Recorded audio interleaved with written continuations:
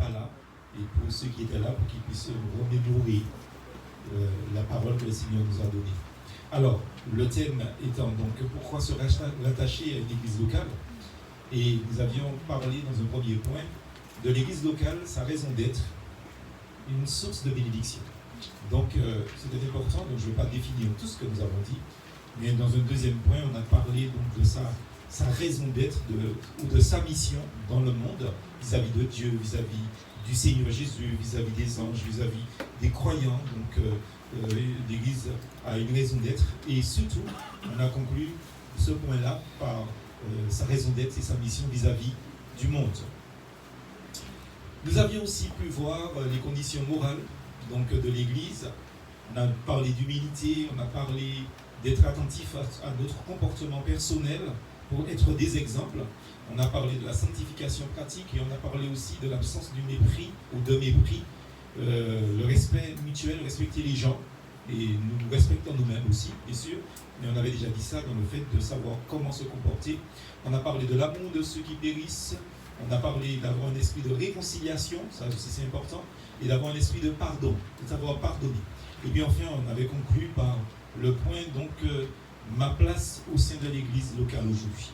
Donc, c'est par ce dont c'est là qu'on s'est arrêté, en fait, dans cet enseignement, dans la journée de jeûne et de prière. Mais j'avais dit comme quoi qu'aujourd'hui, le thème du message sera en harmonie avec justement la journée qu'on a passée ensemble, très, très fraternelle et très bénie par la grâce de Dieu. Le thème de notre message est le suivant: pourquoi se rattacher à une église locale? Donc vous comprenez que c'est le point 5 et c'est le dernier point, mais en réalité, donc c'est comme si c'est le seul grand point que nous allons voir, avec plusieurs petits points. Donc j'ai compté 8 points. Donc ça ne veut pas dire qu'il y a 8 grands points comme d'habitude, mais ce sont des petites choses à dire. Et je continue mon introduction en disant que, en voulant donner une petite précision bien sûr, avant d'aborder une réponse sous différents angles, parce que le thème, vous le comprenez, du message est une question: pourquoi se rattacher à une église locale? Et des fois on est dans une église, mais on ne sait pas pourquoi on est dans une église. Et il nous faut savoir pourquoi est-ce qu'on va dans une église, justement. Et je vais apporter au moins 8 réponses différentes, sous des angles différents. Mais je voudrais rappeler que les deux termes, on a parlé de ça hier, les deux termes, église et assemblée, sont deux termes équivalents. C'est-à-dire que ça veut dire la même chose en fait. Et celui d'assemblée a l'avantage que sa forme même rappelle sans cesse la signification. D'ailleurs, c'est plus facilement perdu de vue avec le mot d'église. Quand on parle d'assemblée, on sait qu'on est rassemblé, on est assemblé, justement. Tandis qu'église, quand on dit église, il est évident que l'on ne dit pas la définition et le mot église ne sous-entend pas donc la définition donc, du terme. Alors, le terme église peut même prêter à confusion.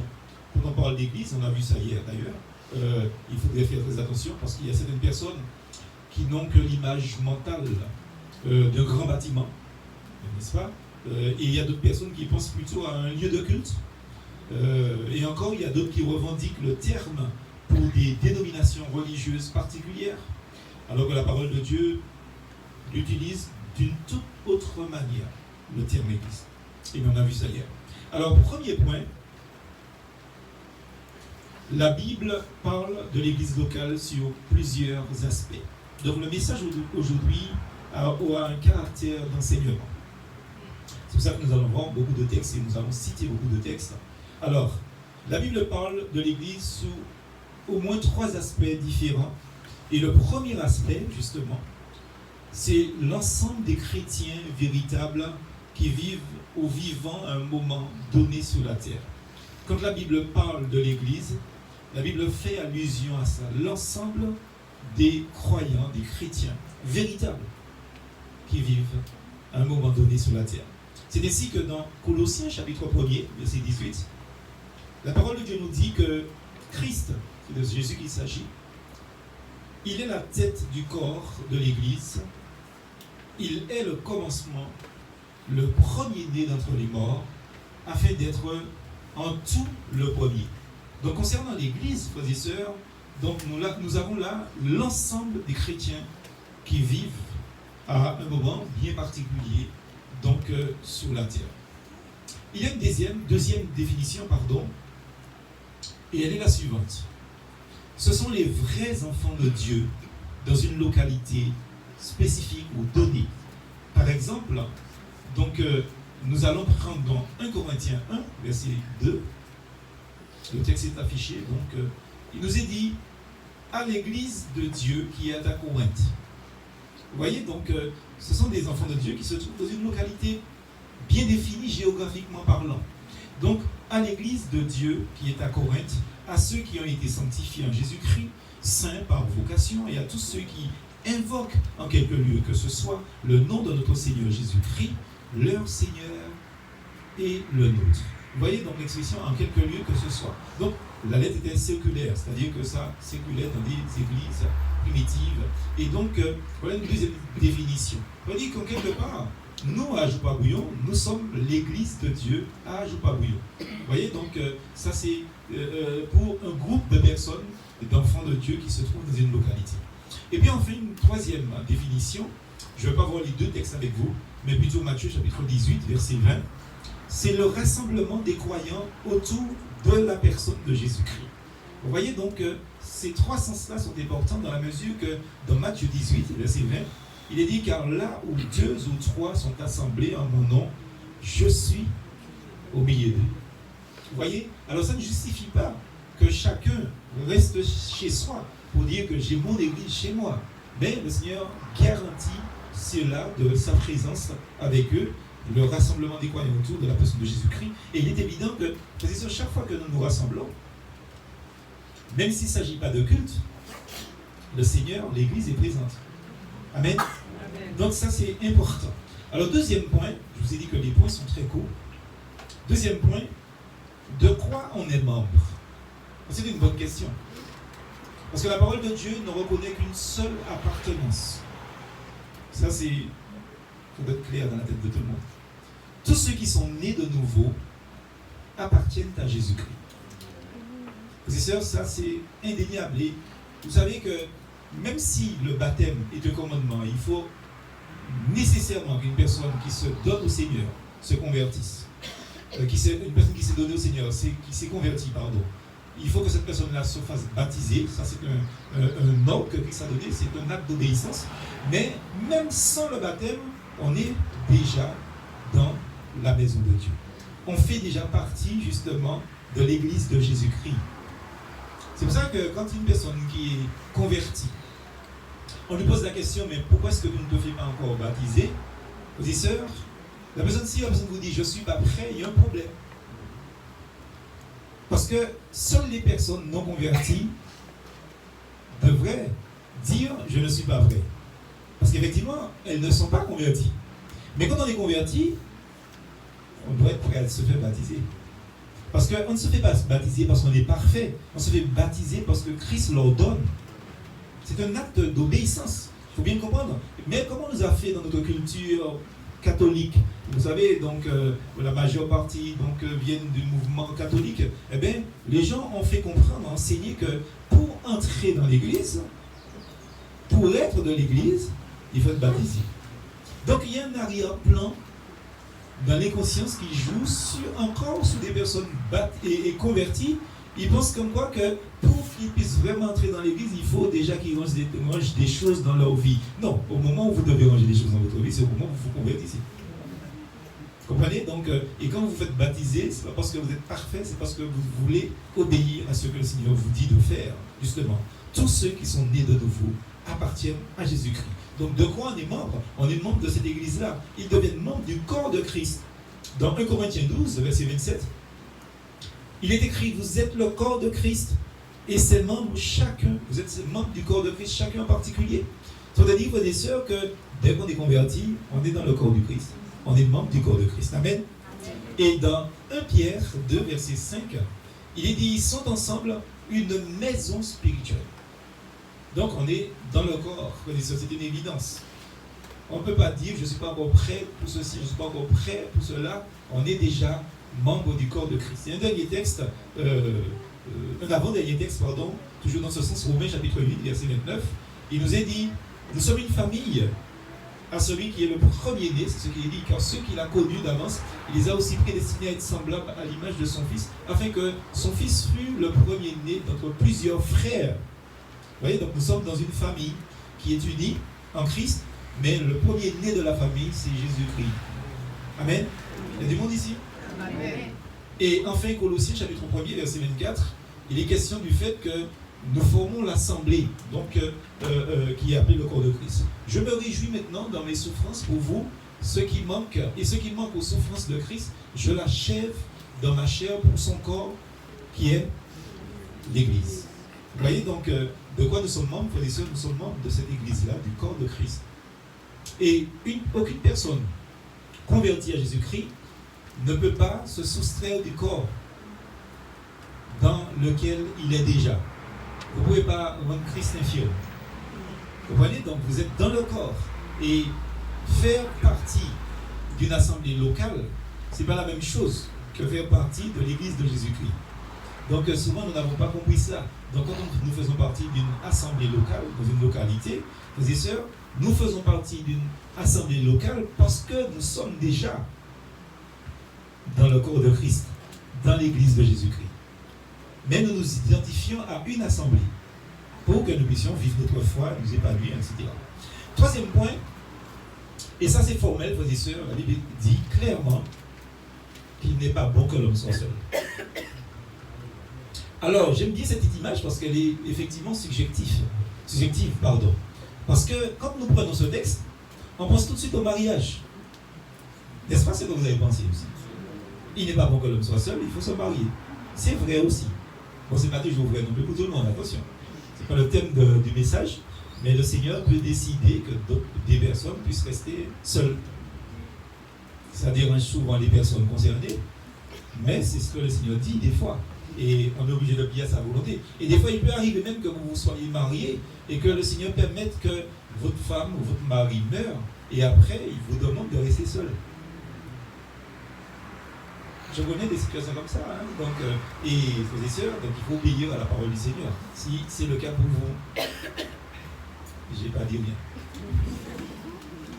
Et oui, parce qu'il y a des personnes qui pensent que dès que leur mari ou leur femme meurt, il faut à tout prix qu'ils se remarient.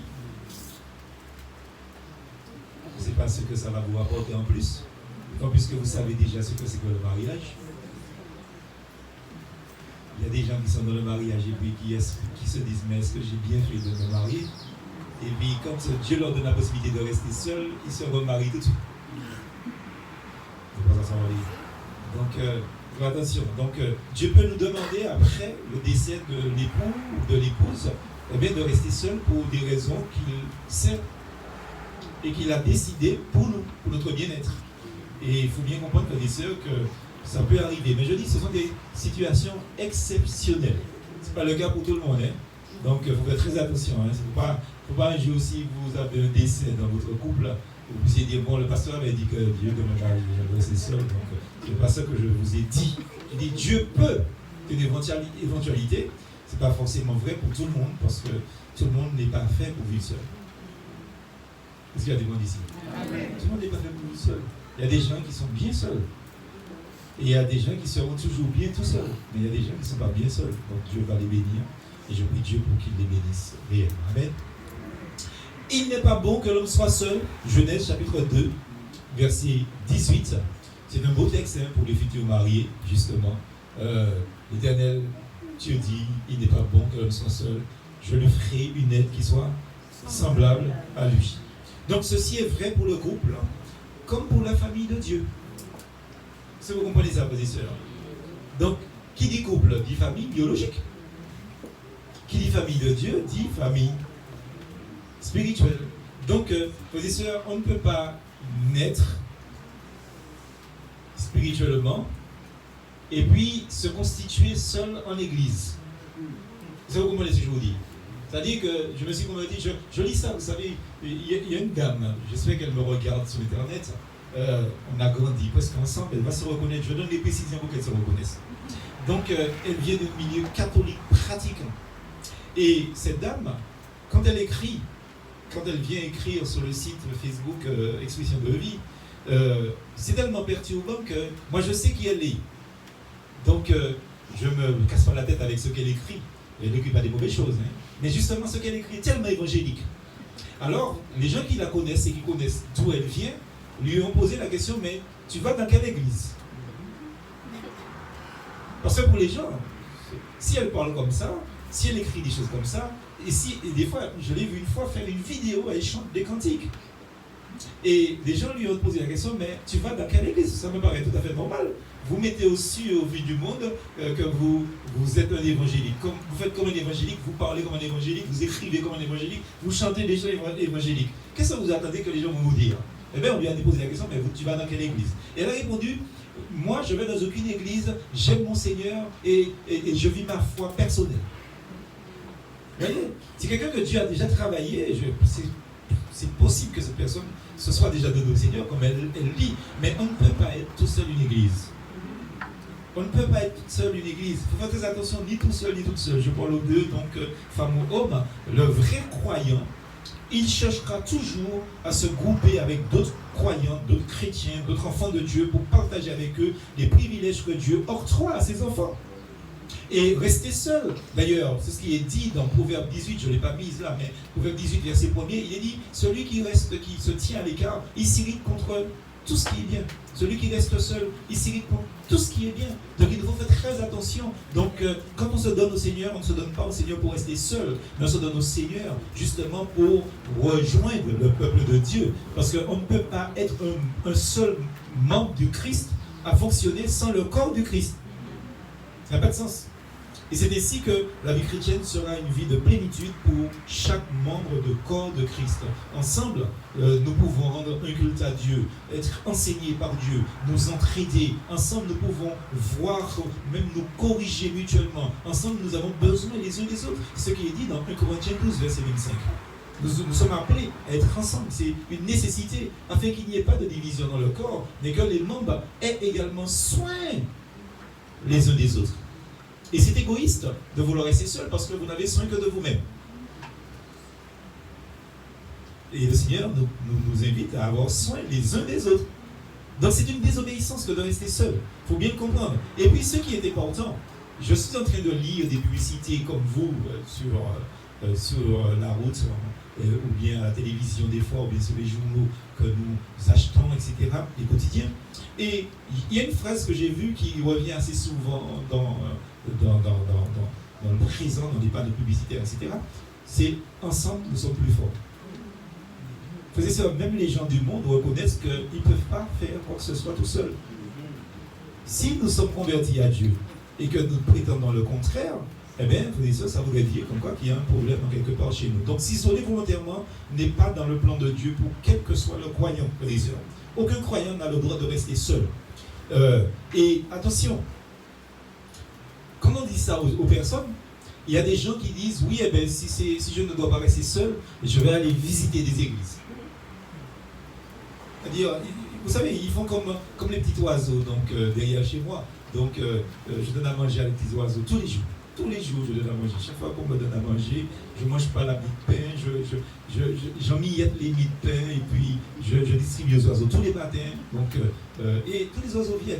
Mais il y a des petits oiseaux qui ne viennent pas manger les mie de pain, ils vont sur les fleurs et puis ils butinent à gauche, à droite pour tirer le meilleur profit, le meilleur parti justement de ces fleurs. Et vous avez des chrétiens butineurs. Vous avez des chrétiens qui butinent. Ils sont en visite à droite, ils sont en visite à gauche, ils sont par-ci, ils sont par-là, mais ils n'ont pas d'église. Ils n'ont pas d'église. Ils n'ont pas de pasteur. Ils n'ont pas de frères ni de sœurs non plus. Parce que quand vous n'êtes pas dans une famille, vous n'avez pas de famille. Vous savez, les militaires disaient ça d'une certaine manière, vous savez. Les militaires étaient méchants dans ce qu'ils disaient des fois. Vous savez, quand tout le monde attendait son courrier, et puis qu'il y avait un militaire qui ne recevait pas de courrier, les militaires ils se moquaient de celui-là. C'était dur en plus. Donc il est déjà malheureux de ne pas avoir reçu le courrier. Et les autres militaires lui disaient, mais moi chien, moi j'ai famille où? Vous vous rendez compte? Alors, vous avez déjà mal quand vous ne recevez pas de courrier. Et on a vous dit, moi, chez moi, j'ai fait mieux. Alors, tous les jours, chaque fois que vous n'avez pas reçu du courrier, vous entendez ça. Après, il n'y avait pas SMS, il n'y avait pas de téléphone. On guettait le facteur de la caserne. Et vous avez l'impression qu'il y a des chrétiens chez moi, j'ai fait mieux. S'il y a du monde ici. Il n'y a pas de famille, ça dit, il y a butine, il y a gauche, il y a c'est qui ton pasteur? Ah non, c'est Jésus-Christ, mon pasteur. Quelle histoire! Jésus-Christ est votre pasteur. C'est terrible, hein? Alors que Jésus-Christ a donné des pasteurs aux gens. Jésus-Christ n'a jamais dit qu'il veut être le pasteur de qui que ce soit. Il a dit qu'il est le berger. Et il n'est pas n'importe quel berger, il est le divin berger. Il dit que c'est lui qui veille sur tous les autres. Mais il n'a jamais demandé à qui que ce soit de le reconnaître comme pasteur d'une église. Surtout si l'église est virtuelle dans votre tête. Ne méprisez pas la parole de Dieu, frères et sœurs. Faites très attention. Et il faut que nous prêchions cet évangile aux gens. Butiner à gauche et à droite, donc n'est pas donc dans la volonté de Dieu. Je crois, frères et sœurs, que chaque chrétien, sans jamais s'engager, est un chrétien faux. C'est un faux chrétien. Parce qu'un vrai chrétien doit se trouver dans le corps de Christ. Vous comprenez ça, frères et sœurs? Il faut faire très attention, même si la personne dit qu'elle est dans le corps de Christ, mais qui me montre que tu es dans le corps de Christ? Qu'est-ce qui me montre que tu es dans le corps de Christ? Donc, faisons très attention aux butineurs, justement, et justement aux isolés, ceux qui s'isolent volontairement. Donc, ces deux attitudes découlent de la même source. Et je vous donne cette source-là.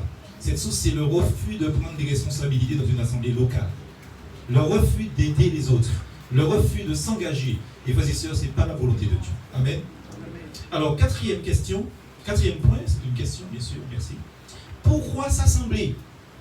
Et là, je vais faire parler la parole de Dieu. C'est pour que vous puissiez comprendre, tous ceux qui nous regardent sur Internet d'ailleurs aussi, pour qu'ils puissent comprendre qu'à Joupa Bouillon, nous ne racontons pas des choses qui viennent de nos sensibilités. Ce que nous disons, nous les sortons de la parole de Dieu avant toute chose. Pourquoi s'assembler?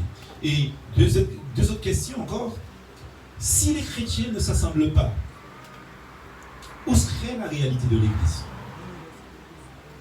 Où serait la réalité de l'Église, frères et sœurs? Nulle part.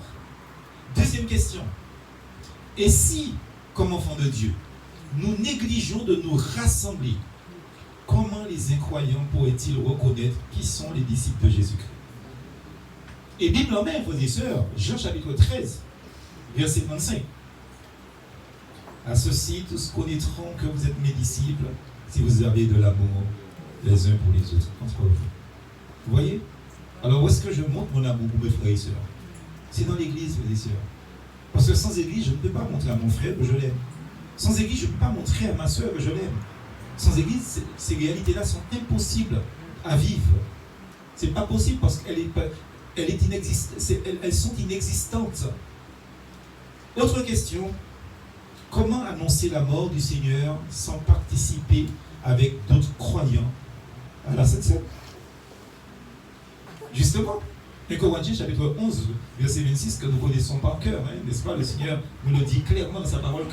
Toutes les fois que vous mangez ce pain, que vous buvez cette coupe, vous annoncez la mort du Seigneur jusqu'à ce qu'il vienne. C'est la réalité de la Sainte Seine, frères et sœurs, donc de l'Église. Et comment concevoir la mise en pratique des activités suivantes? Et je voudrais voir au moins 5 activités avec vous. Si, frères et sœurs, on se dit comme quoi je n'ai pas besoin de me rassembler, je n'ai pas besoin d'être ensemble avec mes frères et sœurs. La première chose, frères et sœurs, comment exhorter, comment enseigner?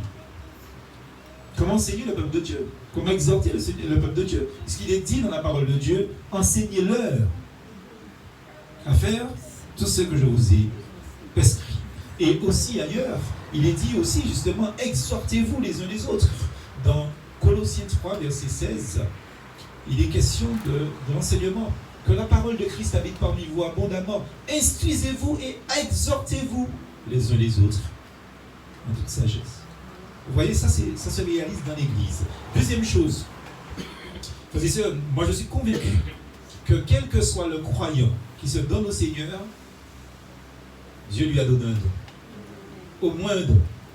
Donc l'exercice des dons, comment est-ce que je peux les mettre en pratique? Selon que nous dit la parole dans 1 Pierre, chapitre 4, verset 10, suivant que chacun de nous, comme des bons dispensateurs des diverses grâces de Dieu, que chacun de vous mette au service des autres le don qu'il a reçu. Au service des autres. Pourquoi est-ce que Dieu nous donne des dons? C'est pas pour faire l'intéressant. C'est pour le servir et pour servir les frères et les sœurs. Donc, comment est-ce que je peux mettre mon don, justement, en exercice? Comment je peux exercer ce don que Dieu m'a donné si je ne me rassemble pas? Troisième chose, accord et communion dans le cadre d'une activité. Ça aussi, c'est important. Il nous est dit dans Galates chapitre 2, au verset 9.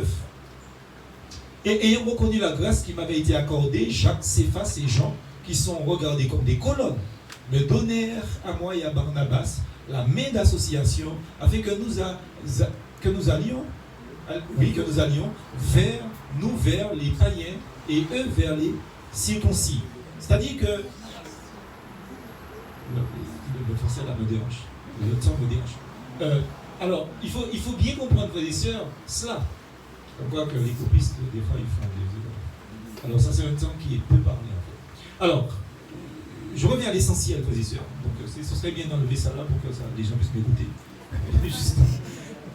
Alors, c'est important, justement, ce que nous sommes en train de dire. Nous parlons d'entraide. Est-ce qu'on peut l'afficher? 4.4, entraide et avertissement. Nous parlons d'entraide et avertissement. Donc, comment je peux aider mon frère? Comment je peux aider ma soeur dans la foi si je ne me rassemble pas? Quand on sait que dans Galates chapitre 5 et même chapitre 6 aussi en parle, le Seigneur nous dit de pratiquer le bien envers tous, surtout envers les frères et sœurs, bien sûr, dans la foi. Donc si je ne me rassemble pas, comment est-ce que je peux entraider? Comment je peux aider? Comment je peux donner la main d'association? Et puis les avertissements aussi. Parce que il faut bien comprendre comme quoi que le fait qu'un chrétien fasse quelque chose, le chrétien a besoin de la bénédiction de l'Église. Donc de ses frères et de ses sœurs. Et c'est pour ça que je dis aux gens, dites aux gens vos projets, dites aux gens vos désirs et dérata, ce que vous avez envie de faire. Parce que quand on prie pour vous, eh bien, vous avez la garantie que Dieu va vous bénir, parce que Dieu bénit l'Église. Il faut le comprendre, frères et sœurs. Hein? Donc, cinquièmement, dernière petite chose, 4.5, les bénédictions spéciales liées à la prière en commun. Matthieu chapitre 18, verset 19. On va remettre le 4.5 tout à l'heure. Il nous est dit, je vous dis encore que si deux d'entre vous s'accordent sur la terre pour demander une chose quelconque, elle leur sera accordée par mon Père qui est dans les cieux. Elle leur sera accordée. Frères et sœurs, si vous voulez garder vos sujets de prière pour vous, ça c'est votre problème. Mais moi, dès que j'ai un besoin, je sais vers qui me diriger. Vous comprenez? Et quand on fait des réunions et qu'on demande de donner un sujet de prière dans le groupe dans lequel je me trouve, moi je sais que les sœurs, je n'ai pas de réticence à le faire. Parce que le Seigneur dit que si nous sommes en accord, il répond. Amen. Donc, frères et sœurs, c'est important. Donc, ça veut dire, comme quoi que 4.5, qu'il y a des bénédictions spéciales qui sont liées à la prière en commun, à la prière de l'Église. C'est pour ça, frères et sœurs, que j'ai toujours dit que la réunion la plus importante dans une église, ce sont les réunions de prière. Sous quelque forme que ce soit. Ce sont les réunions de prière, parce que c'est là que Dieu envoie sa bénédiction. Amen. Cinquième grand point. Comment témoigner de son appartenance à Jésus? Et ça, c'est important pour nous. Vous savez que le chrétien, il est un témoin de son Sauveur. Nous devons être des témoins de Jésus-Christ dans ce monde. Encore faut-il qu'il démontre, le chrétien, lui, les caractères, et aussi bien individuellement que collectivement, les caractères de Jésus-Christ dans sa vie.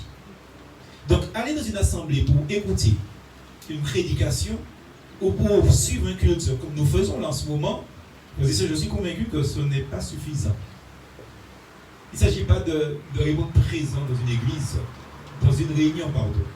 Il faut s'identifier pratiquement avec les frères et les sœurs d'une assemblée en participant au signe que le Seigneur nous a laissé, non seulement pour nous souvenir de ses souffrances, bien sûr, mais pour annoncer sa mort. C'est ce qui est dit dans le Corinthiens 11 qu'on a lu tout à l'heure et qu'on ne va pas relire. Donc, il faut aussi pouvoir exprimer notre communion au corps de Christ. Dans 1 Corinthiens 10, on ne va pas lire non plus, versets 16 à 17. Donc, c'est important qu'il nous faut exprimer notre communion. C'est-à-dire qu'il faut montrer que nous sommes en accord avec l'Église. Et tout enfant de Dieu faisant partie de l'Église doit être en accord avec son assemblée, doit aimer son assemblée. Et quand nous rompons le pain, justement, eh bien, nous témoignons que le corps de Christ est uni. Bien que nous soyons plusieurs, nous témoignons que nous sommes un. C'est ce que ça veut dire, frères et sœurs. Et participer à la table du Seigneur et ne pas être un avec son Église, c'est mentir. Et mentir, c'est un péché. Et tout péché, ni conséquence. Il faut le comprendre, frères et sœurs. Donc, s'assembler permet aussi de mieux prendre ses responsabilités. Sur le plan individuel, bien sûr. Parce que quand vous vous assemblez, vous entendez, vous êtes encouragés, vous êtes exhortés. Donc, vous apprenez à vous séparer du mal. Et sur le plan collectif aussi, c'est important parce que l'Assemblée a le devoir donc d'examiner si les gens, les personnes qui sont dans les assemblées donc mènent une vie morale adéquate à la parole du Seigneur. Je sors quelques textes. Nous allons au point 6. Avec qui s'assembler? C'est une bonne question. Ou avec quel groupe autour de Jésus? Voilà une question qui doit être un sujet de prière, mais en respectant deux conditions. Droiture et obéissance envers Dieu, bien sûr, et envers sa parole, bien sûr. Parce qu'il faut distinguer l'Église telle que Dieu la voit. Certes, l'Église, elle est une et indivisible. Mais il faut distinguer l'Église telle que Dieu la voit des églises que les hommes ont instituées. Parce qu'il est vrai que la confusion est énorme et les divisions qui sont survenues dans l'Église de Jésus-Christ n'ont fait que s'amplifier au cours des siècles. Ce qui devait être une expression locale de la vraie Église du Seigneur ne se discerne pas forcément donc, au milieu donc, de ces enchevêtrements des églises, des groupes religieux divers, etc. Tout ça, en plus, sans compter ceux qui se disent Église et qui n'est pas Église. Donc, je crois que ce qui devait diriger tout croyant, c'est la soumission aux enseignements de l'Écriture, parce que Dieu ne nous demande pas de choisir, mais Dieu nous demande d'obéir. C'est ce que Dieu nous demande de faire. Et vous savez, l'homme n'aime pas la discipline. Vous savez ça? On aime la discipline seulement quand ça concerne les autres. Mais quand il s'agit de nous, je trouve que c'est trop dur. Ah, pasteur, arrête. À l'église, arrête. C'est l'enseignement, frères et sœurs. Nous devons nous plier. Parce que vous irez ailleurs, vous allez trouver la même discipline. Si c'est une bonne église, vous allez trouver la même discipline. Maintenant, si ce n'est pas une bonne église, vous allez faire ce que vous voulez. Vous devez de compte à rendre à personne. Mais à partir du moment où vous êtes dans une église et que vous ne rendez de compte à personne, vous n'êtes pas dans une église. Est-ce qu'il y a des mots d'ici? Parce que tout chrétien a des comptes à rendre au Seigneur. Qu'on se le dise. On saute plusieurs choses, plusieurs passages. Septièmement, avant-dernier point, ce qui doit emmener un chrétien dans un lieu de réunion. Frères et sœurs, ce n'est premièrement ni un devoir à remplir. On ne vient pas, frères et sœurs, à la réunion parce que c'est un devoir. Deuxième chose, ce n'est pas la facilité de déplacement. Non plus. C'est parce que l'église est plus proche, c'est pas parce que j'ai un stop, c'est pas parce que... Non. Je l'ai toujours dit, frères et sœurs, c'est fini pour moi. Donc, depuis quelques années, depuis 3, 4, 5 ans, j'ai évolué dans mon fonctionnement de l'église locale. Avant, je pensais que l'église locale, on devait être dans l'église locale là où on habite. Moi, je ne pense plus ça. On va là où le Seigneur nous a placés. Et là où le Seigneur nous a placés, c'est là qu'on se sent bien. Donc, si ce n'est pas le Seigneur qui nous a placés, si on ne se sent pas bien, ce n'est pas la peine qu'on soit là. Ça, c'est capital. Ce qui doit amener un chrétien dans un lieu de réunion, ce n'est pas non plus, frères et sœurs, troisièmement, la sympathie que nous avons pour une ou plusieurs personnes. On ne vient pas dans une église parce que le pasteur est sympathique. De toute manière, on ne me trouve pas sympathique. Alors, ce n'est pas le problème. Donc, mais vous pouvez avoir quelqu'un d'autre qui soit sympathique. N'est-ce pas? Ah oui, je ne suis pas sympathique parce que je prêche la vérité. Quand vous prêchez la vérité, ça dérange les gens. Donc, quatrième chose, on ne veut pas dans une église, frères et sœurs, ni pour une quelconque tradition.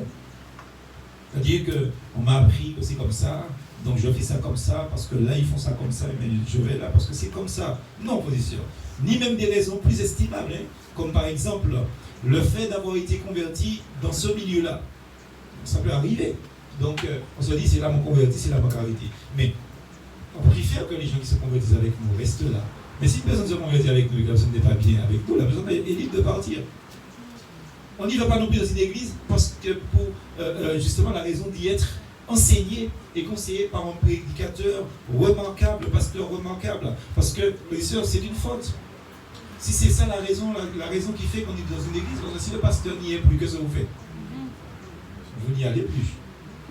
Vous voyez, donc ce que je dis là est important. Hein. Vous voyez que je ne me prêche pas moi-même. Parce que moi aussi, un jour, je peux ne pas être avec vous. Hein. Vous savez ça? Vous pouvez avoir un autre pasteur un jour. Donc c'est important qu'on dise ces choses-là, frères et sœurs. Et puis, on n'y va pas non plus afin d'y trouver beaucoup d'activités évangéliques. On a une église qui est très active. Mais frères et sœurs, il vaut mieux être actif, bien sûr, je suis d'accord avec vous. Mais ça ne doit pas être la raison. Alors, huitièmement, dernièrement, on se pose la question, pour répondre à ce point 7, où s'assembler? Une autre question, quels sont les critères qui permettent de reconnaître une assemblée selon Dieu? Alors, il semble qu'on puisse résumer ici les caractères qui sont indispensables pour qu'un rassemblement de chrétiens soit reconnu comme assemblée de Dieu. Justement, la première chose, on ne va pas lire les textes parce que ce sera trop long, Christelle. Donc, la première chose, cette assemblée-là doit être composée de vrais croyants. Et ça, frères et sœurs, ce sont des choses que Dieu permet que nous puissions découvrir. L'assemblée doit être composée de croyants, mais de vrais croyants. Deuxième chose, c'est une assemblée qui doit se réunir au nom du Seigneur Jésus. Ce n'est pas l'assemblée du pasteur, ce n'est pas l'assemblée du conseil, c'est l'assemblée de Jésus-Christ. Et quand on se réunit au nom de Jésus. On prie au nom de Jésus, on fait tout au nom de Jésus. Troisième chose, nous devons reconnaître la seule autorité du Seigneur dans cette assemblée-là. Le Seigneur qui fait autorité. C'est-à-dire qu'on se réfère à la parole de Dieu sans cesse, même si ça dérange, on se réfère à la parole de Dieu. Amen. Quatrième chose, de reconnaître d'autres directives ou d'autres directions, si vous voulez, que celle du Saint-Esprit. C'est le Saint-Esprit qui dirige l'assemblée par l'action des hommes, par l'intermédiaire des hommes. Avant-dernière chose, l'assemblée doit être soumise à l'enseignement de la parole pleinement reçue. Très souvent, frères et sœurs, les gens font passer la parole de Dieu après la parole des hommes. Et ce n'est pas normal. L'Église n'est pas à l'homme, l'Église est à Jésus-Christ. Et dernièrement, ne pas tolérer sciemment que le nom du Seigneur soit associé au mal. C'est-à-dire dire aux gens, oui, c'est bien. C'est pas grave, Dieu t'aime. C'est parce que Dieu te dit que c'est mal que Dieu ne t'aime pas. Hein? Dieu te dit c'est mal, mais il t'aime. Nos parents nous ont dit que c'est pas bien ce que nous faisions quand nous faisions du mal. Est-ce que ça veut dire que nos parents ne nous aimaient pas? Loin de là, frères et sœurs. C'est parce qu'ils nous aiment qu'ils nous disent c'est pas bien. Donc Dieu nous aime et Dieu nous dit de ne pas tolérer le mal. Et je dis sciemment, ça veut dire qu'il peut y avoir quelque chose qu'on ne sait pas. Mais dès qu'on le sait, on doit le dénoncer. Amen. Alors en conclusion, il ne s'agit pas de vouloir ou de devoir adhérer à une église.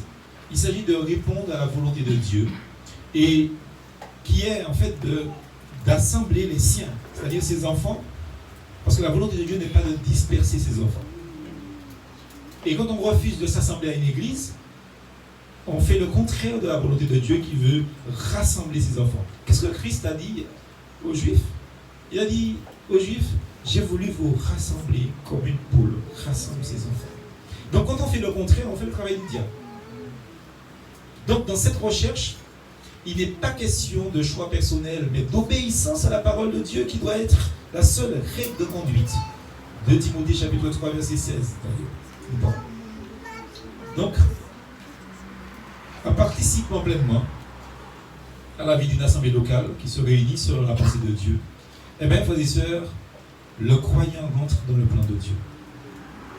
Si vous voulez être dans le plan de Dieu, il faut obéir à ces choses-là. Et c'est seulement, frères et sœurs, seulement que le croyant sera abondamment béni. Amen. C'est seulement dans ce cadre-là qu'il est abondamment béni. Parce que vous pouvez être béni, mais vous n'êtes pas béni abondamment. Avec l'Église, on est béni abondamment. Que Dieu bénisse sa parole. Amen.